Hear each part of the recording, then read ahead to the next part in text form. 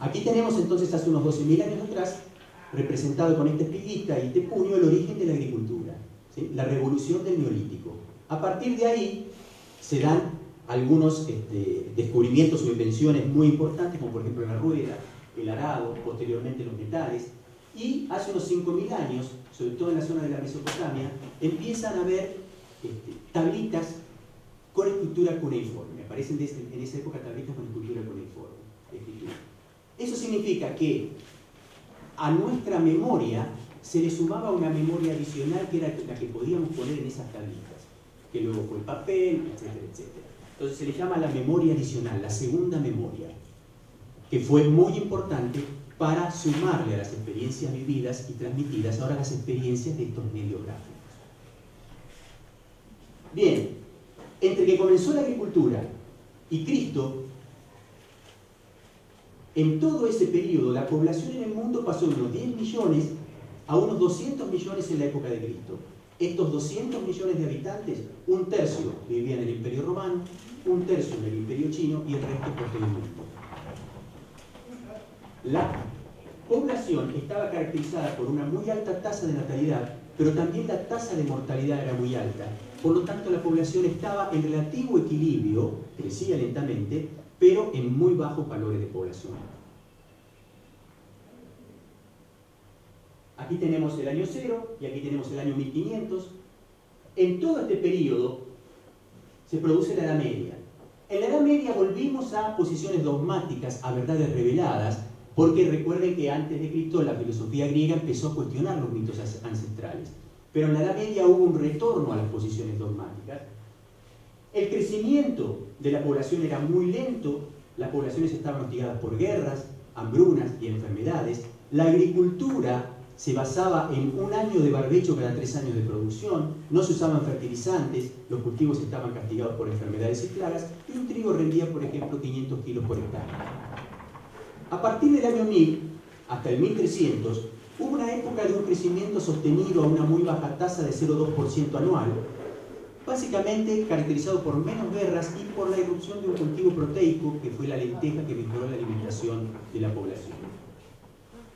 Pero a partir del siglo XIV la población fue diezmada por la peste negra y un tercio de la población mundial murió por causa de la peste negra.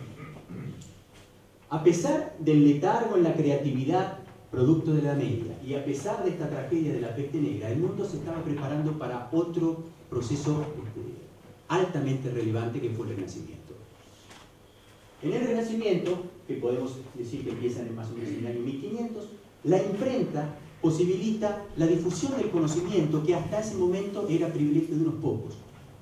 Aquí, a través de los libros, empieza a difundirse el conocimiento y en círculos virtuosos eso genera a su vez más innovación y más creatividad.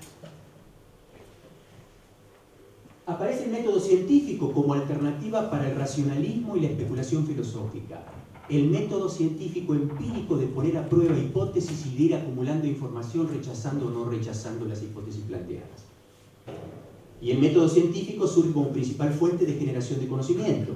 Simplemente para mencionar algunos ejemplos, Van Helmont, en el siglo XVII, hace un experimento en el cual pone una planta de sauce en una maceta, pesa la planta, pesa la maceta, y 5 años después pesa la planta y pesa la maceta, y pesó el agua que le fue agregando.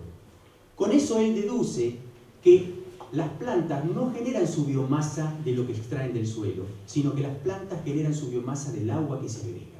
Eso era erróneo también, porque las plantas no generan el grueso de su biomasa del agua que se agrega, pero destruye el mito de que las plantas obtienen su biomasa de la tierra, que es lo que cada uno, los antiguos pensadores, cuando arrancaban una planta y veían las raíces que estaban abrazadas al suelo, deducían que la biomasa la obtenían del suelo. Y de eso se trata la ciencia, ir rompiendo mitos e ir avanzando. Pero Van Helmont también estaba equivocado. Luego Priestley, más de 100 años después, fíjense la tasa de aumento del conocimiento, hace experimentos con campanas, velas, plantas y ratones, y él se da cuenta que las velas seguían ardiendo y los ratones seguían viviendo bajo campanas si había una planta. Y él deduce que la planta entrega algo al ambiente o saca algo del ambiente que posibilita que la vela siga ardiendo y los ratones sigan viviendo. Lavoisier, unos pocos años después, describe el oxígeno y empiezan a asociar al oxígeno como responsable de este fenómeno. O sea, las plantas serían oxígeno. Muchos años después se dan cuenta que las plantas toman dióxido de carbono, también se dan cuenta que para que esto ocurra debía haber iluminación, y ahí se empieza a descubrir todo el proceso de fotosíntesis, que es el primer eslabón en el ecosistema terrestre. La generación de conocimientos y las consecuentes invenciones e innovaciones, entonces en círculos virtuosos se seguía acelerando. Desde el año 0 hasta la época de Malthus, la población siguió aumentando, y Malthus en Inglaterra, a fines del siglo XVIII, observa que la tasa de crecimiento poblacional aumentaba a un ritmo mucho mayor que la producción de alimentos. Entonces predice hambrunas generalizadas. Lo que Malthus no tuvo en cuenta en ese momento fue que se estaba produciendo en Europa y en otros lugares del mundo una revolución agrícola basada en rotaciones, empezaban a utilizar abonos, tenían mejores herramientas, nuevos cultivos que venían de América y un aumento de la superficie agrícola, mejor alimentación de la población. Malthus no puso en su ecuación esta capacidad creativa e innovadora.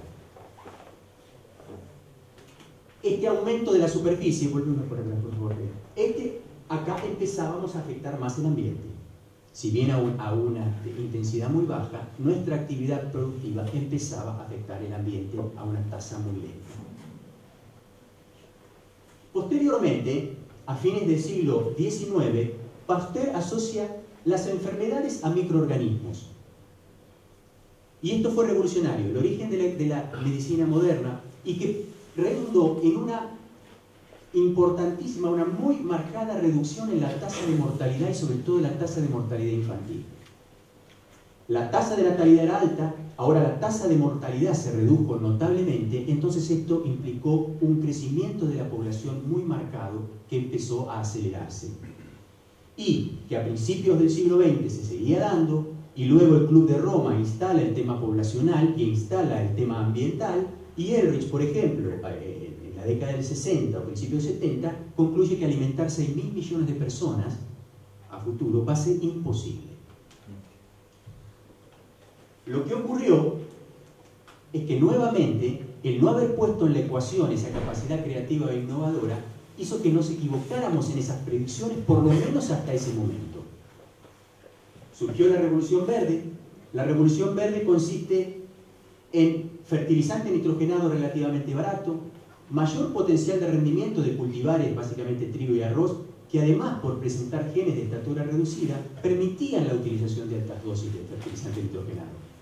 Nuevos herbicidas, etcétera, etcétera, ¿no? Tolerancia a enfermedades, mecanización. Este fue el proceso de la Revolución Verde que le significó a Borlaug el Premio Nobel de la Paz.